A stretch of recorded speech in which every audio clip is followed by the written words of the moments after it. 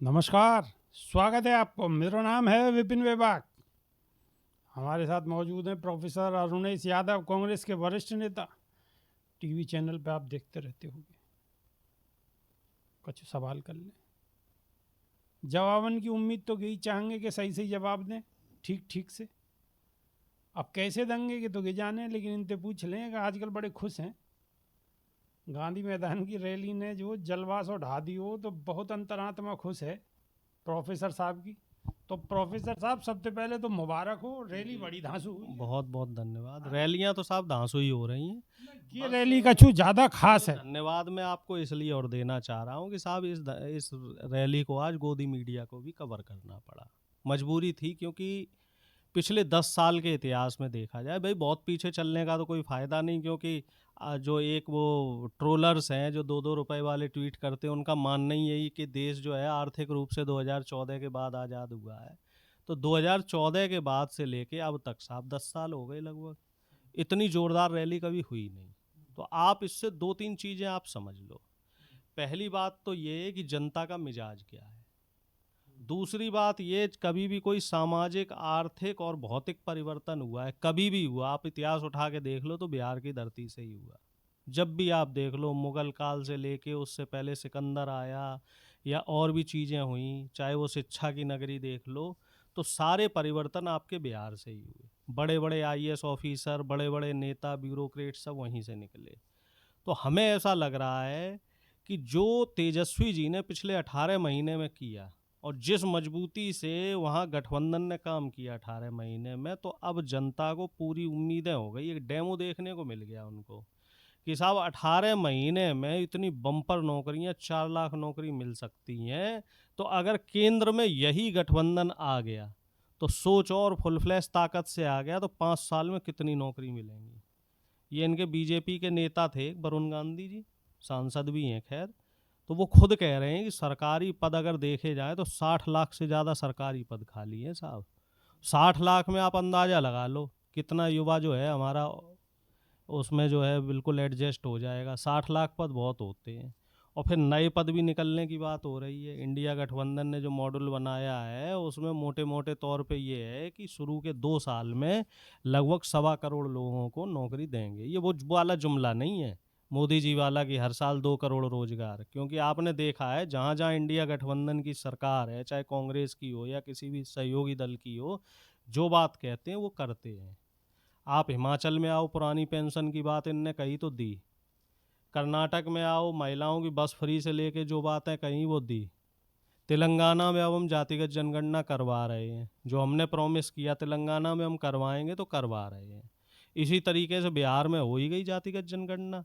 झारखंड में SC ST का आरक्षण हमने बढ़ा दिया, छत्तीसगढ़ में भी बढ़ा दिया था, राजस्थान में भी हमने पुरानी पेंशन दे दी थी। वो तो भैया बीजेपी आई सरकार में, वो फिर खा गई पेंशन। आपके जो नेता हैं राहुल गांधी, वो तो मांग कर रहे हैं देश में जाति जनगणना की मांग होनी चाहिए। बिल्कुल हम करवाएंगे भी। हमें हमें पूरी उम्मीद है जनता में वोट देगी और 2024 में 6 महीने के भीतर भीतर मई में चुनाव हो जाएंगे। और आप देख लेना, दिसंबर तक हम जाति जनगणना करवा देंगे। और जो हमारा 73% SC ST OBC का है, उसको सरकार की हर व्यवस्था में जो अधिकार मिलना चाहिए वो मिलेगा। और सरकारी नहीं, हम प्राइवेट में भी देंगे। अभी एक प्राइवेट महकमा और बढ़ रहा है, उसमें आप देखो सारे वही हैं, वही लोग हैं जो मीडिया में हैं, जुडिशरी में हैं, ब्यूरोक्रेसी में हैं। तो उस तरफ भी हमारा जो मैनिफेस्टो बन रहा है, तो हमारा ये पॉइंट है कि जो प्राइवेट जो सेक्टर्स हैं वहाँ भी आरक्षण की व्यवस्था होनी चाहिए। बताओ भाई, 73-75% आबादी है, हमारे कितने मीडिया चैनल हैं? एक भी नहीं है। हमारे कितने जज हैं ब्यूरोक्रेसी में? गिनती के 2-4 होंगे। कितने हमारे सरकारी यूनिवर्सिटी में प्रोफेसर हैं? गिनती के 10-20 होंगे। जब हमारी वहाँ पे भागीदारी नहीं होगी तो हमारे लोग जो है वो आगे कैसे बढ़ेंगे? इंटरव्यू पैनल में सारे वही लोग बैठते हैं। तो होता क्या है कि हमारा लड़का जो है रिटर्न में तो ले आता है 90% नंबर, लेकिन इंटरव्यू में उसको क्या है, 100 में से 10 नंबर दे दिए जाते हैं। और जो और उनके समाज के लोग होते हैं, उनके समाज के लोगों को वो इंटरव्यू में 80-90 नंबर दे देते हैं। तो टॉप की लिस्ट में सारे वही लोग पहुंच जाते हैं। तो जब तक हमारे लोग सिस्टम में नहीं आएंगे, और राहुल गांधी जी ये व्यक्तिगत रूप से चाहते हैं कि दलित, शोषित, वंचित समाज, पिछड़ा समाज, जो कमेरा समाज है, वो मुख्य धारा में आए, क्योंकि देश को 76 साल तकरीबन हो गए आज़ाद हुए, और अभी भी जो वंचित और शोषित समाज है उसको उसके मौलिक अधिकार नहीं मिल पा रहे हैं। अब इसके पीछे वजह चाहे कोई भी हो, चाहे सरकार की पॉलिसी वजह हो सकता है कुछ हमसे भी पुराने समय में कुछ गलतियां हो गई हों, कुछ त्रुटियां हो गई हों। तो देखिए, जो पॉलिसी है या सरकार की कोई योजना है, उनमें बदलाव होते रहने चाहिए। आप देख लो 1931 में हुई थी जनगणना, और 2011 में हुई। तो 11 में क्या हुआ, वो उसके जो आंकड़े कंपाइल हो गए थे, वो आंकड़े नहीं नई सरकार ने उजागर किए। जो ये बीजेपी के लोग सवाल करते हैं कि साहब आप जातिगत जनगणना आपने क्यों नहीं करवाई थी 11 में, अरे भाई हमने तो करवाई थी, लेकिन आप उनके आंकड़े दबा गए साहब। वो आंकड़े जो है आपने आने ही नहीं दिए। हम तो आपसे ये कह रहे हैं कि साहब वो आंकड़े आप उजागर कर दो, नहीं तो अगर कहीं हमने आंकड़े उजागर कर दिए तो फिर आप कहोगे कि आपने सरकार का डाटा लीक कर दिया। आंकड़े तो हमारे पास भी हैं, लेकिन भाई एक सरकार का एक जो प्रोटोकॉल होता है, तो हम नहीं चाहते कि वो प्रोटोकॉल को जो है डिस्टर्ब किया जाए। तो इसलिए राहुल गांधी जी चाहते हैं कि सत्ता परिवर्तन हो, सत्ता व्यवस्था बदलनी चाहिए। 10 साल का समय बहुत होता है, 1 दशक का समय मोदी जी को मिला, और इस 1 दशक में मोदी जी ने सिर्फ और सिर्फ बड़े बड़े पूंजीपतियों को काम देने के अलावा और कुछ नहीं किया। अब देखो, वो अंबानी के पुत्र की शादी है, वहाँ देख रहे हो क्या हो रहा है साहब। एक से एक वीआईपी आ रहा है साहब, इंटरनेशनल एयरपोर्ट बना दिया, सारी व्यवस्थाएं और पूरी सरकार की मशीनरी वहाँ लग गई। ऐसे लग रहा है कि साहब वो हमारा दामाद हो, मतलब सरकार का दामाद हो, मतलब हमारे टैक्स का पैसा, और उस पैसे का लाभ कौन ले रहा है, अंबानी। जबकि होना क्या चाहिए था कि शादी में उससे कुछ पैसे ले लेने चाहिए थे कि भैया ऐसा कर दो, तुम 10-20 मतलब 1,000-2,000 करोड़ रुपए टैक्स दे दो, तुम्हारी शादी हो रही, जिससे गरीब जनता को जो है कुछ सहूलियत मिल जाए। बल्कि हमारे ऊपर कर्ज का बोझ और बढ़ा रहे हैं। तो ये ऐसी लुटेरी सरकार है, ये गरीबों को लूट रही है। मतलब आप यूँ कहना चाह रहे हो, अगर आपकी सरकार आ गई तो फिर यह हिसाब थे कि बड़े बड़े उद्योगपति अगर शादी करेंगे तो उनसे उल्टो पैसा लोगे गरीबन के भाई लिए। पहले यही तो होता था।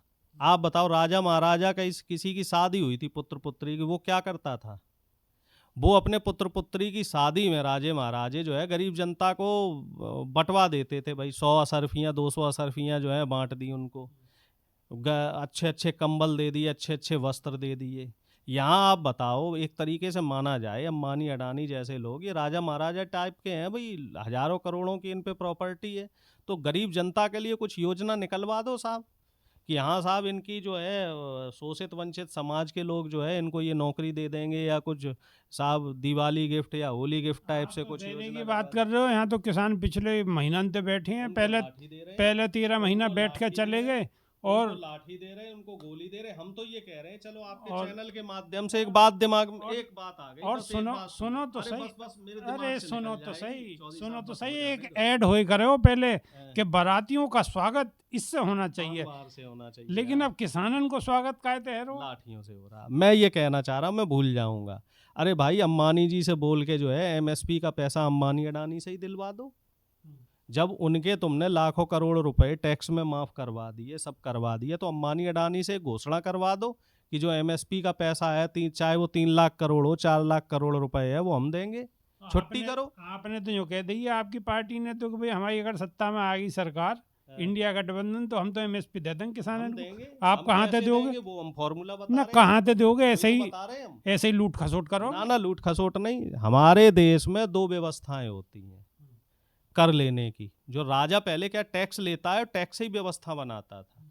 एक होता है डायरेक्ट टैक्स और एक होता है इनडायरेक्ट टैक्स। डायरेक्ट टैक्स लिया जाता है पूंजीपतियों से, जो कांग्रेस के टाइम में 60 से 65% था। हम पूंजीपतियों से पैसा लेते थे और उसका जो सब्सिडी के रूप में बेनिफिट जो है वो गरीबों को देते थे। आपको भी याद होगा, हर चीज़ सब्सिडाइज्ड मिलती थी 2014 से पहले, चाहे सिलेंडर हो, चाहे आटा हो, दाल हो। जो एक राशन की दुकान होती थी उसमें गरीब लोगों को 5 रुपए किलो चीनी मिलती थी, 3 रुपए किलो घासलेट मिलता था, ऐसी तमाम चीज़ें थी। अब वो चीज़ें सारी ख़त्म हो गई हैं। तो अब ख़त्म क्यों हुई? क्योंकि साहब वो डायरेक्ट टैक्स घट के हो गया 30%। लगभग वो वसूली जो है वो आधी हो गई है, और वो वसूली कहाँ से हो रही है? हम लोगों से। डीजल पेट्रोल से, आटा दाल चावल तेल से, शिक्षा महंगी हो गई, इलाज महंगा हो गया, ट्रांसपोर्टेशन महंगा हो गया। रेलवे देख लो, पहले प्लेटफॉर्म टिकट 5 रुपए का था, 50 रुपए का हो गया। पहले रेलवे जो है सबसे सस्ता माना जाता था, अब देखो साहब रेलवे का किराया हवाई जहाज के बराबर हो गया। कहाँ मोदी जी हवाई चप्पल वाले को हवाई जहाज पे बैठा रहे थे, अब हवाई चप्पल वाला जो है वो ट्रेन में नहीं बैठ पा रहा। तो ऐसी अनीति का काम तो मोदी जी कर रहे हैं। हमें तो यूं लग रहा है कि अब जो है हवाई चप्पल वाला बेचारा जो है वो अपनी झोटा बुग्गी लेके आएगा, बुग्गी में ही चलेगा भाई। ये 500 साल पीछे लेके जा रहा है कि गरीब आदमी जो है बुग्गी में ही चले, बैलगाड़ी में ही चले, ना तो बस से चलने लायक छोड़ा, ना रेल से चलने लायक छोड़ा, और हवाई जहाज तो ऊपर से ही देखेगा, ऐसे ऐसे टाटा कर लिया करेगा। भैंसा बुग्गी और घोड़ा तांगे को जमानो फिर आने वो ही आने वाला है, क्योंकि इतने महंगे किराए कर दिए हैं और किसानों को दे कुछ रहे नहीं तुम। आज तो हम एक वीडियो देख रहे थे, बेचारे एक किसान की जो एक फसल जो है वो ओलावृष्टि से जो है फसल नष्ट हो गई, और बेचारा वो किसान रो रहा है, और इतना हृदय विदारक वो वीडियो है कि मेरा तो साहब दिल पसीज गया। और पता नहीं क्यों सरकार पे टस से मस नहीं हो रही। एमएसपी तो देना दूर की बात है, सरकार जो है ऐसे किसानों को मुआवजा भी नहीं दे रही, जबकि वो सरकार की नीति में जो है फसल बीमा जो योजना है वो सरकार की नीति में है। कहीं मान लो किसान की फसल जो है खराब हो जाए तो कम से कम उनको जो है कुछ बीमा, कुछ इस तरीके की व्यवस्था करी जाए कि वो कम से कम अगली फसल उगाने लायक तो रहे। अब तो किसान बेचारा मर ही गया। इसीलिए तो आत्महत्याएं बढ़ रही हैं किसानों की, जो यूं कह रहे हैं हर 41 मिनट पे एक किसान आत्महत्या कर रहा है। तो ये क्यों हो रहा है? क्योंकि ये सरकार की जो अनीतियां हैं, जो लॉ बना रखे हैं, नियम बना रखे हैं, उनमें बहुत सारी अनियमितताएं हैं। तो इन अनियमितताओं पे सरकार ध्यान नहीं दे रही है। अच्छा, गांधी मैदान में जो रैली हुई है, वो रैली क्या रैला बोलो, वह तो रैला ही हो, वो तो महारैला हो। महारैला में लालू प्रसाद यादव भी पहुंचे हैं, हालांकि स्वास्थ्य खराब है लेकिन फिर भी पहुंचे हैं, और उन्होंने जो बात कही है और प्रधानमंत्री पे सीधो निशानो साधो को बड़ी वीडियो वायरल है रही है। थोड़ी सी मैं आपको सुनवाई दूंगा।